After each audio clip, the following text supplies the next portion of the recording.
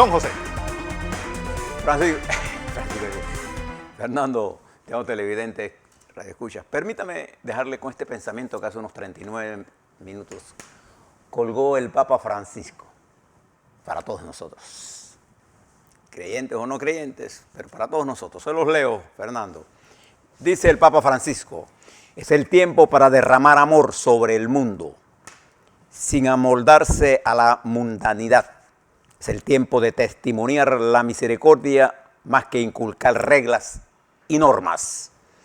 Es el tiempo del Paráclito, es el tiempo de la libertad del corazón en el Paráclito. Para los que no conocen esta palabra nueva, esta es una palabra latina que es, si te hace una traducción, es como el ayudante. Este es el tiempo del Espíritu Santo. Se recuerda que cuando Jesús en las Escrituras le dijo a sus apóstoles: pronto me iré al llamado de mi Padre y vendrá alguien a ser su compañero, el Espíritu Santo. Palabras de Papa Francisco. Tiempo de amor, sobre todo en estas épocas de... ¿Sabe qué me recuerda? Usted se leyó Tiempos de cólera. Sí, claro. Esa es una de las... Amor en tiempos de cólera. De amor en tiempos de cólera. Porque esperar toda una vida para encontrar tu verdadero amor. El amor es la fuerza más poderosa que puede existir en el mundo. Y la gente se olvida de ella. Sí.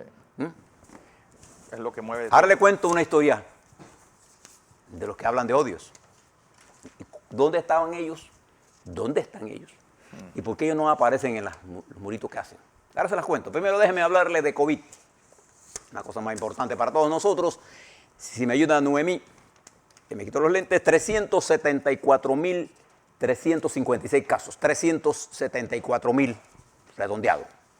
Casos positivos, la positividad global durante estos 14 meses y algo, 14.5. Hubo 235 casos ayer con 4.820.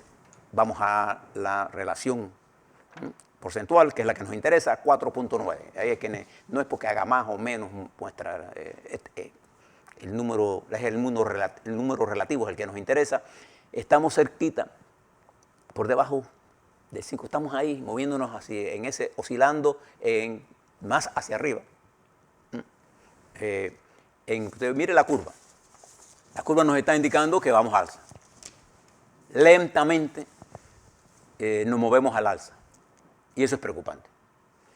Pásenme la siguiente curva. Por favor. Ahí está. Estos son los casos activos. Recuerda que nosotros tuvimos 3.800 hace unas semanas. Ahí está la curva cuando estábamos, mírenla si se mueve hacia los primeros meses, últimos días de abril. Miren cómo estamos ahora.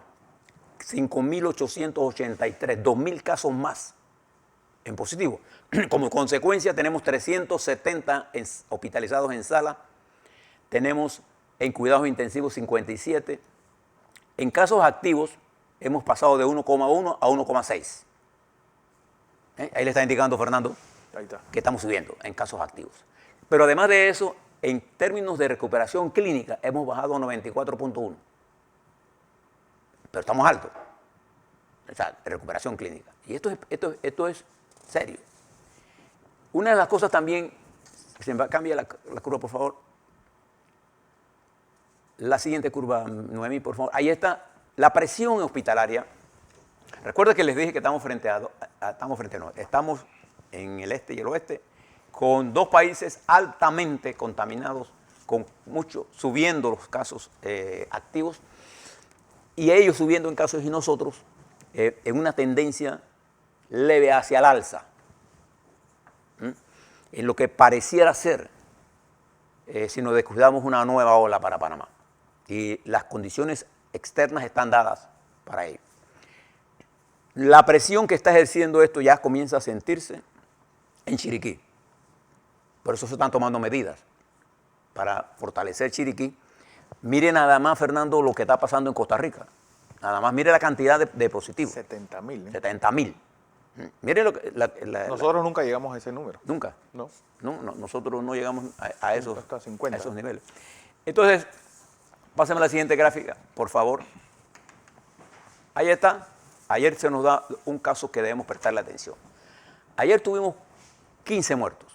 14 del día y uno de otro día que no sabemos, 15 muertos, para contabilizarlos todos. 15 muertos. Y este es un salto importante. Mire cómo salta la curva. Pero la tendencia, nosotros estuvimos en 0, 0, y mira dónde estamos de pronto en 15. Eso es gigantesco en ese espacio. ¿Qué está pasando? Esas son las explicaciones que nosotros esperamos hoy. Nosotros realmente no nos interesa que nos den los números así en abstracto.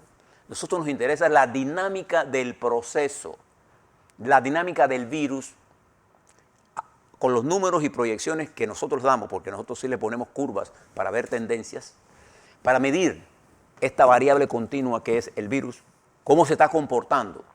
Y nos está indicando nuestras variables en proyección que la movilidad del virus es ascendente contra nosotros.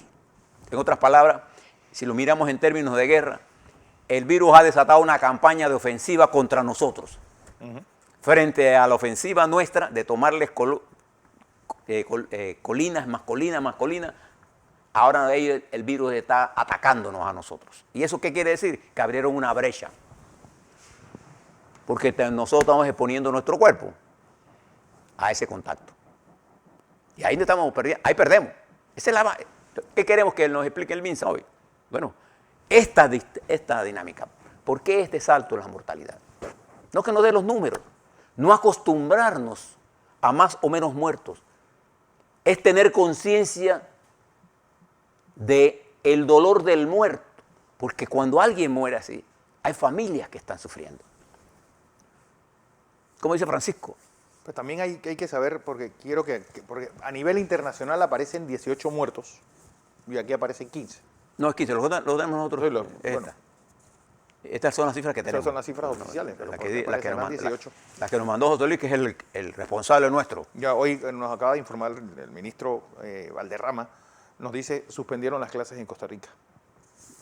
Bien. Será lógico. La última es positivo. La última gráfica de mí, ahí está. Vamos al alza. Vamos al alza.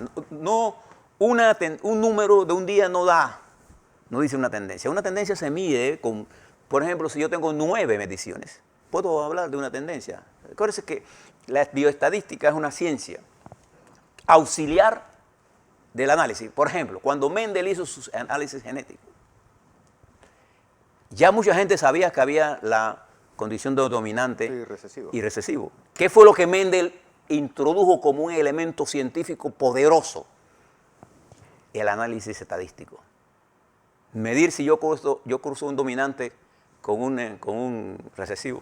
¿Qué pasa? ¿Cómo se distribuye? ¿Te acuerdas que ella forma 3-1 y después 1? Eso fue la genialidad.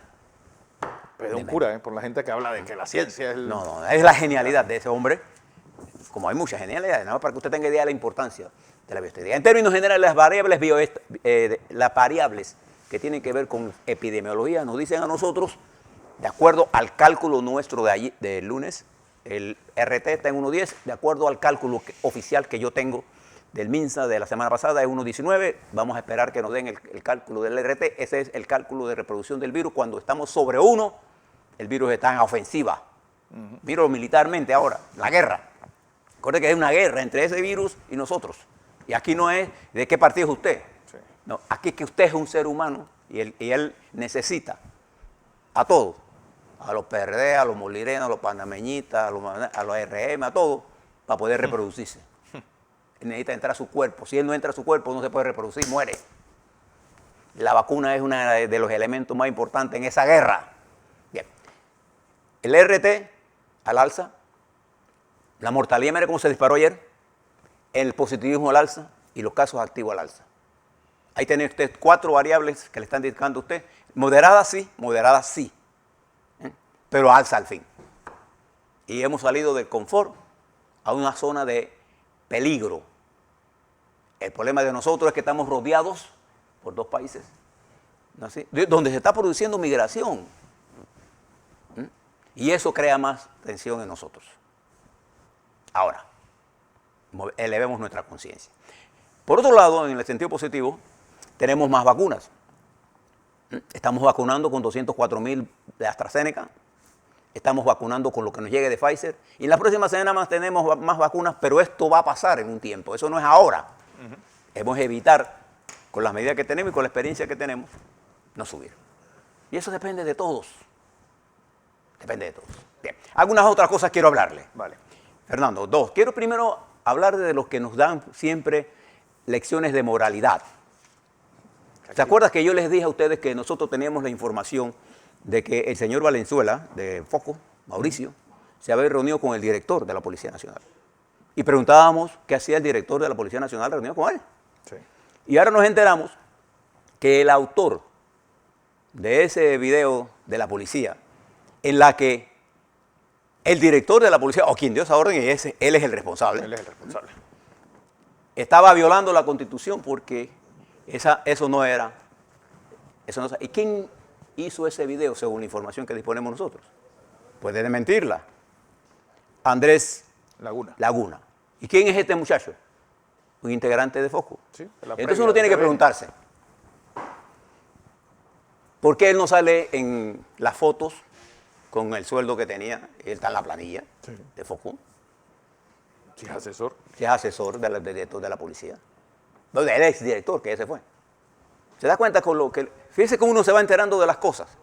¿Y por qué nunca nos dieron estas explicaciones? ¿Y por qué dejaron que ellos fueran a protestar aquel, así no se acuerda, y la policía no hacía nada?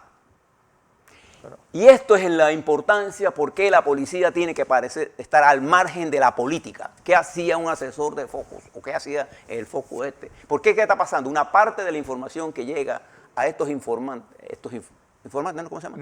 Influencers. Parte de los estamentos de seguridad. Entonces, en las discusiones de seguridad pasan muchas cosas.